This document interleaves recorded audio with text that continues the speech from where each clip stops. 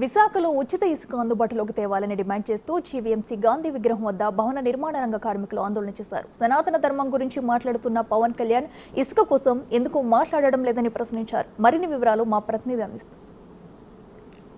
ఇవ్వాలని డిమాండ్ చేసి ఈరోజు భవన నిర్మాణ కార్మికులు అలాగే సిపిఎం పార్టీ పెద్ద ఎత్తున ర్యాలీ నిర్వహించింది. ఎందుకంటే పూర్తిగా ఇసుక లేకపోవడంతో పనులన్నీ ఆగిపోయాయి. ఇసుక ఉంటేనే మాకు పని అని వీళ్ళు చెప్తున్న పరిస్థితి. ఏ విధంగా చూడొచ్చు, రాష్ట్రంలో ఇసుక దొరకలేని పరిస్థితి ఉంది.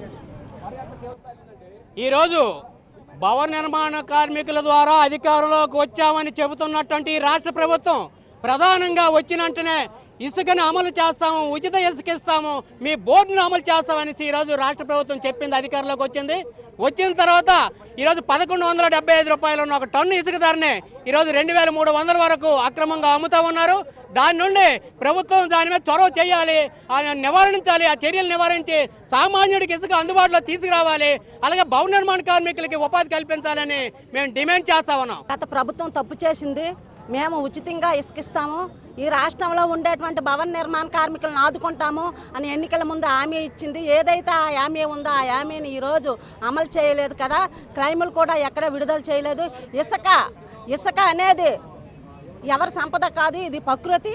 ఇసుక అనేది ఏదైతే సాధారణ చిన్న చిత్తక ఇల్లులు కట్టుకునేటువంటి వాళ్ళకి ఇసుక అనేది దొరకటం లేదు. కొంత పెద్ద వీటికైతే ఎలా దొరుకుతుందని మేము ప్రశ్నిస్తా ఉన్నాము. ప్రభుత్వానికి ముందు చూపు లేక ఇవాళ ఈ పరిస్థితి ఏర్పడింది. ఇసుక బంగారం అయిపోయింది. బంగారం అయినా దొరుకుతుంది కానీ ఇసుక దొరకడం లేదు. సిమెంట్ బస్తాకి సిమెంట్ ఇసుక బస్తాకి సిమెంట్ బస్తాకి తేడా లేదు. ఆ విధమైనటువంటి పరిస్థితి అనేది ఈరోజు ఉంది.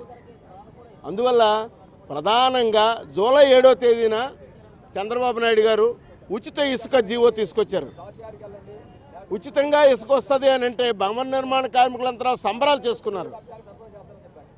ఆ సంబరాలు అనేవి తాత్కాలికంగానే అయిపోయి తప్ప ఏ రకంగానూ ప్రజలకు ఉపయోగపడేట్టుగా లేదు. ఒక యూనిట్కి 3.5 టన్నులు ఇసుక. ఈ 3.5 టన్నుల తాలూకా ఇసుక చేరవేతకి గత ప్రభుత్వం 5,000, 6,000 మధ్యన వచ్చేది. ఇప్పుడు 12,000 అవుతుంది. ఏంటి మీ విధానం?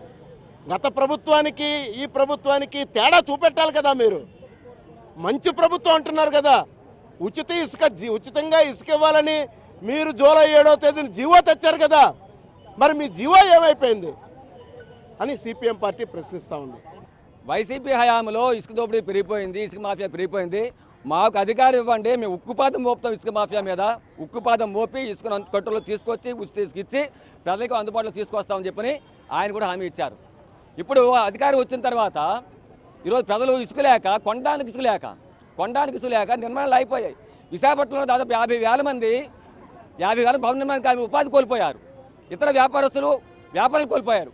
ఇంత పరిస్థితి దారుణంగా ఉంటే ఆయన ప్రాయశ్చిత్త దీక్షలు చేస్తారు. ఆయన లడ్డూ పేరు మీద చెప్పి మీకు అందుకనే ఉప ముఖ్యమంత్రి మీకు ఇచ్చారు.